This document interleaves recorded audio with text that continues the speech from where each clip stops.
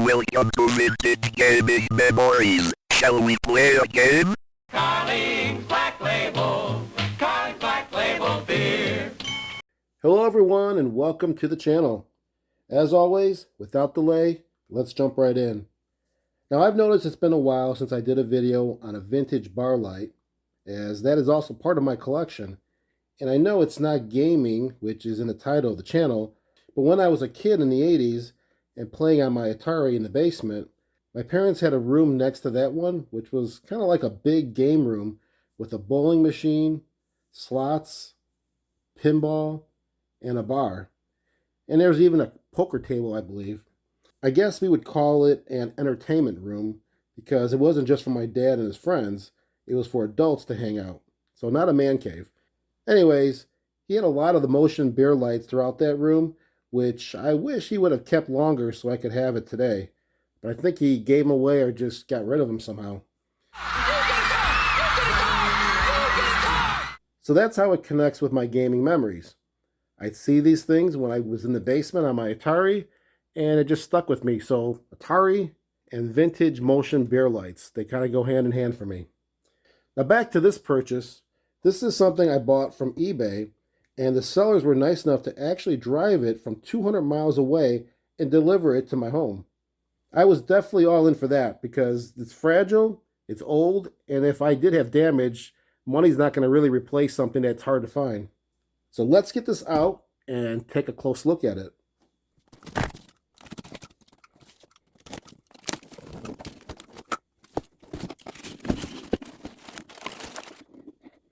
Here it is. This is a 1973 Carling Black Label beer, fiber optics, TV style motion light. I know my friends up in the Great White North probably know this already, but for those not familiar with this beer, here's a quick background on its history. The brand traces its roots back to 1840 when English immigrant Thomas Carling started a brewery in London, Ontario, Canada after moving from England. Over the years, Carling name grew, and Black Label eventually became one of its most recognizable beers in the 1900s. It really took off in Canada and later spread to places like the UK and South Africa, where it became especially popular. And just like a lot of big beer brands, it changed ownership a few times along the way, and it's now part of Molson Coors. These days, it's still known as an easy drinking lager with a long global history behind it. Now, I can't provide any opinion on its taste, since I've never tried it before, but if you have, comment down below and let us all know what you think about it. Okay, let's get back and check out the condition of this beer light. It does look a little bit beat up, but keep in mind it's over 50 years old. This is metal, plastic,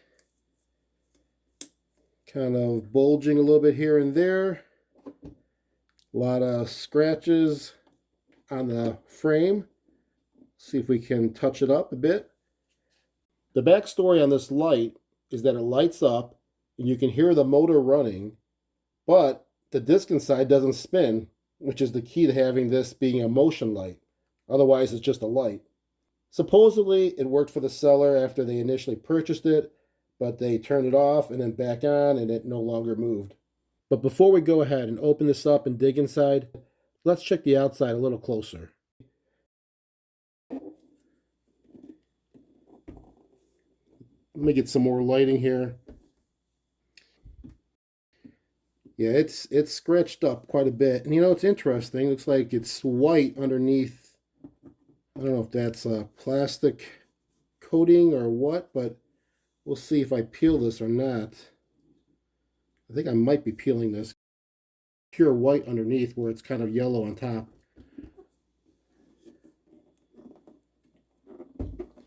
You can see it right here kind of peeling off. So maybe I'll do that. Anyways, let's keep looking. All the screws are there. That's good to see it's all intact. We have the caution sticker on there.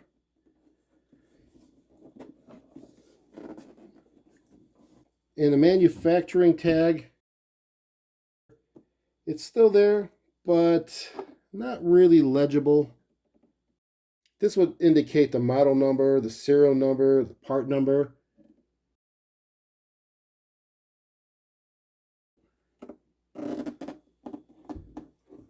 The cord itself looks to be in good condition.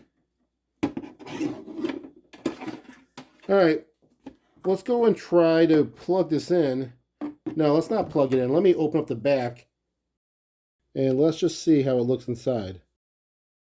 Now, before I go ahead and open this up and start working on it, let's get some measurements just so we give a perspective of how big this really is. The depth of it, it comes in about 4 1/4. The width, and about 14 inches. And the height, that is about 11 1/2. It's a decent sized motion light. It has the nice keyhole slots on the back if you choose to hang it on the wall on both sides.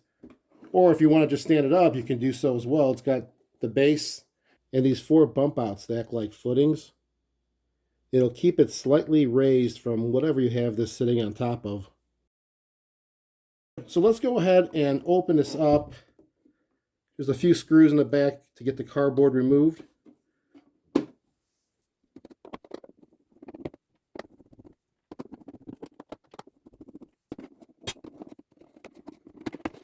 I know some would just say plug it in and see what happens, but if something shifted while they delivered it or just in movement, and maybe it would cause a fire or a short, it's always good just to open it up. It doesn't take too much to get it open. As you saw, just 4 screws. And looking at it, there's not much to it either. But I always just like seeing what I'm working with. We have the bulbs right here. It looks like this bulb here, just sitting here as a spare bulb. That's kind of interesting. There's nothing more than just it sitting there into its little holder with tape around it. But this bulb is definitely into a socket, and that will light up the fiber optics, which will spin based on that motor turning that disc, which has opening slots which will light through it. Now if the motor is truly fried and seized where I can't get it revived, then I'll have to replace it, but hopefully I can get it to work. And since I have it open, it's going to be nice and easy for me to clean on the inside. So now that I can see everything, I'm going to plug it in because I think all the wires look okay. I'm not worried about anything. Let's just see what happens. And there's not an on and off switch. Once you plug it in, it's on.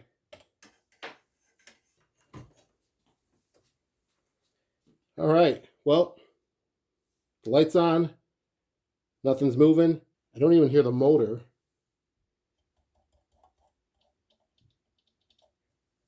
All right, well, that's enough for looking at that. I'm going to have to take this apart and look a little bit closer and see exactly what's going on with that motor. But before I do that, I'm going to wipe this thing down a little bit just to get it cleaner, not have to deal with moving dust all over the place. So give me a second to get that cleaned up and we'll go from there. I want to give you all a little bit of the progress that I'm making with getting this cleaned up as well as getting to the motor. So I took 4 screws off from the bottom of this, and that released the 2 sides and the top, and this is the bottom screw holes. There's 2 on each side, and that's the other side. So taking that off exposes the front display. Let me tilt it a little bit more, and you can see the fiber optics. So that's pretty good because now I can get to cleaning some of this. As you can see, it's kind of like attached with this old tape. If I pull this off, I can clean this really nicely because it's really distorted. It's got gunk and everything else between it. So I'll clean that up. Can't remove this fully. It's all connected right to it. But this will at least get me closer to getting to the motor. So let me continue on with this and see how much more I can get opened up and exposed. I think I'm just going to remove this now. You can see what it looks like. You can see how brittle this is. This is 53 years old. And this comes off nice, hopefully, and easy.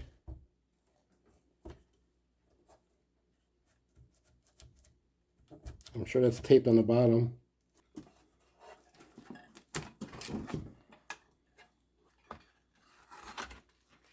All right, there we go.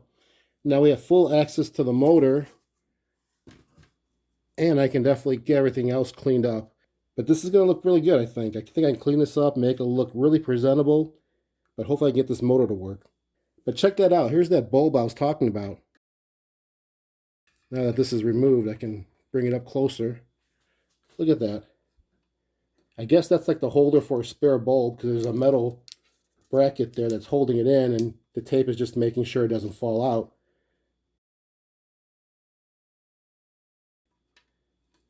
I'll be able to get to the motor for sure, because there's a couple more screws down here. Get the cover off, and I can get right into it and see what's going on. All right, back to work. Okay, back again, and just want to give you an update and show you what I did. Since this thing was not spinning, I did take the disc off, cleaned it up. Still have to polish everything, but at least took everything, cleaned it up. Less debris floating around and easier to work on this. The light bulb removed, cleaned up, and I did try forcing the shaft with some tools, and it is locked completely. So the next step was for me to try some oil, and I used LaBelle 108 synthetic oil. This is great for delicate components and for old small motors like this one. And I put it right into the opening that I could find, because this is sealed pretty good. And let me show you a close-up. You can kind of see some of the oil there still, but underneath that blue ring, that's where I try to get it in. Let it sit there overnight, actually, because I kind of ended this last night. This morning, plugged it in, still nothing moving. And by the way, I did check to make sure there was power going to the motor, because even though the light was working, doesn't always mean that these connections are making contact under the wire nuts. So anyways, that all checked out. We do know we have power going into the motor as well. Still no movement, still no budging with that. I had two more ideas to try. One would be to bang it a little bit, which I did, not really hard, just trying to loosen it up to see.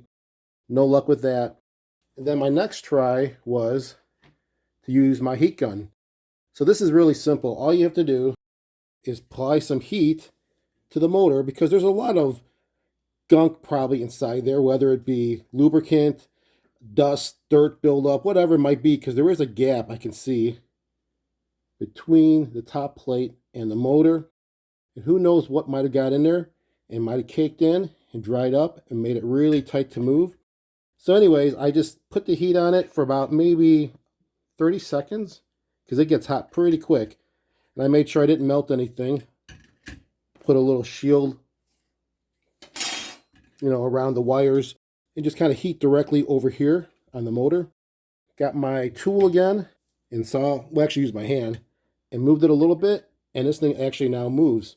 So then I plugged it in, and what do you know? It does move.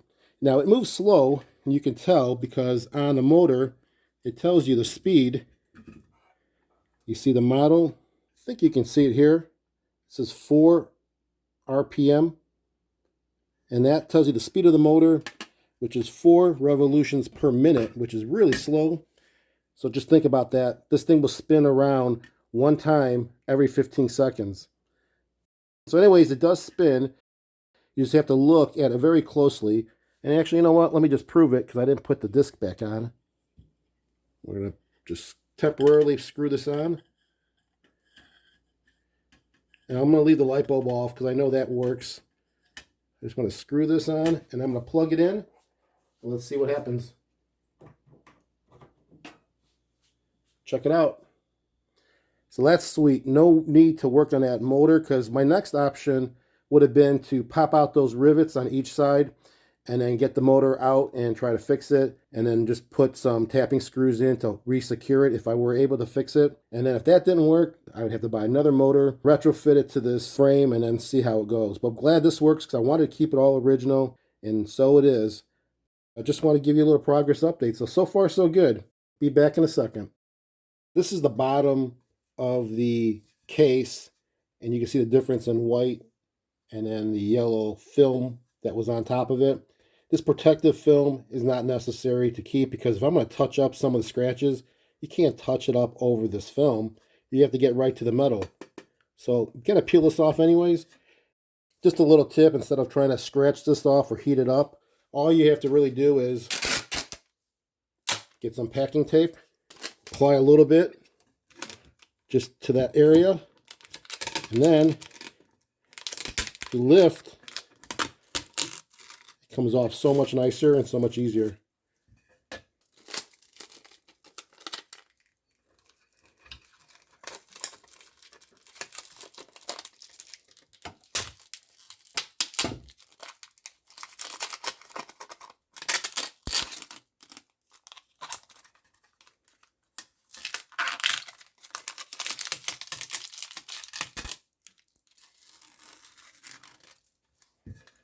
So I always try to work smarter, not harder on these things because I have a lot to clean up on it. And this is just the bottom. But what a difference, though. It's going to look really good when it's all done. All right, everything has been cleaned, polished, put back together again. Just check it out. It looks really nice inside. This thing still spins nicely. I've been testing it every so often, so hopefully it won't jam up again, because if it keeps jamming up and not moving, well, then I have to actually open it up and probably do a good thorough cleaning. I have it lubricated enough with the oil I dropped through there, as well as moving it around, because who knows how long it's been sitting like that. So now all I have to do is get this all buttoned up, but check out how white this is. I peeled off that protective plastic off the top, but for now I want to put everything back together again and see how it looks. And I'll be back in one more second. We're at the home stretch. Everything has been reassembled as far as the frame goes, as far as the inside goes, and the cardboard that's in there to darken it out. So now, before I close it up completely, I really want to make sure this still spins. I'm going to plug it in and give it one more check.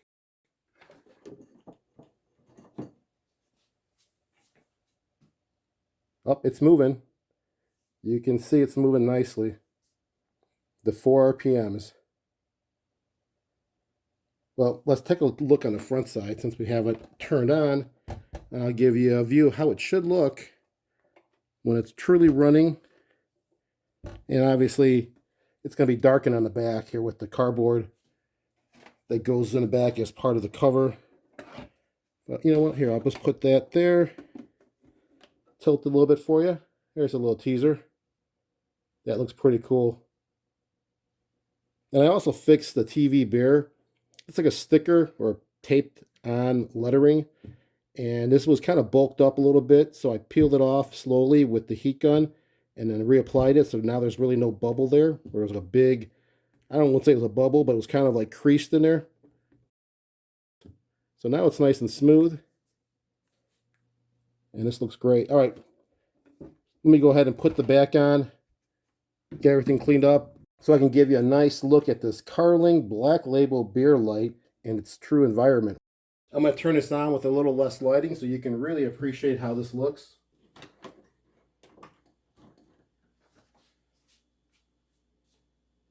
Let me tilt it a little bit so you can see it moving. How cool is that? The motor is really quiet, which it should be. The light bulb nice and bright. The spare one that was in there, I also tested it, and that works perfect. Actually, the spare one is the one I have in there. The one that was in there, I put that as a spare just so that way it can have a little bit more longer life if I do end up using this quite a bit. I love this. This looks great. So all it really took was just some trial and error on fixing the motor. Those are some tips I would recommend if you ever have a small motor issue. But for now, I'm happy with how it looks and how it operates. Just need to find a place at the bar. Not sure if I'll hang it or maybe just have it sit straight upright like this. Let's take a look and see where we can put it. One more thing to show you all before I put this into the bar area, and that is my hopeful successful attempt of touching up the frame where there's chips shown here. And what I'm going to use is some paint markers. I do have white, which is pretty close to the color of the case. Now, I already shook it up. I'll shake it up again. I will start with maybe this little area here. Let's see how that looks. Okay, I am done with my touch-up work, and I think it did what I intended it to do, which was to draw less attention to the areas that were chipped. On the bottom, you can see on the frame, it's not as bad as it looked before, as well as on the top. Now, I did notice one thing I didn't point out. I did say this was 1973, and it does have a marking on the actual display area. Let me get it zoomed in so you can see it. You see right there? That's the model number, 1928 PB, and then the year, 1973. Okay, time to put it into the bar area and see where it's going to stay. Well, here is my bar area where I have all my vintage motion lights displayed. And I did find a spot to put this new one into the collection.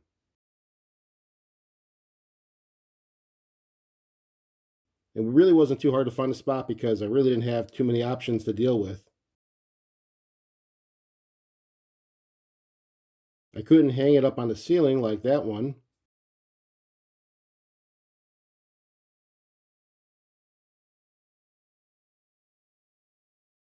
Let's see if you can spot where I ended up settling.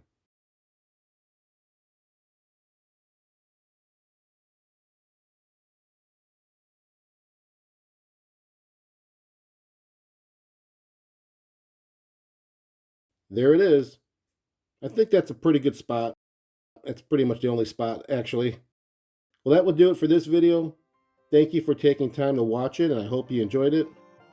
This is the 1973 Carling Black Label Beer TV style motion light that uses fiber optics.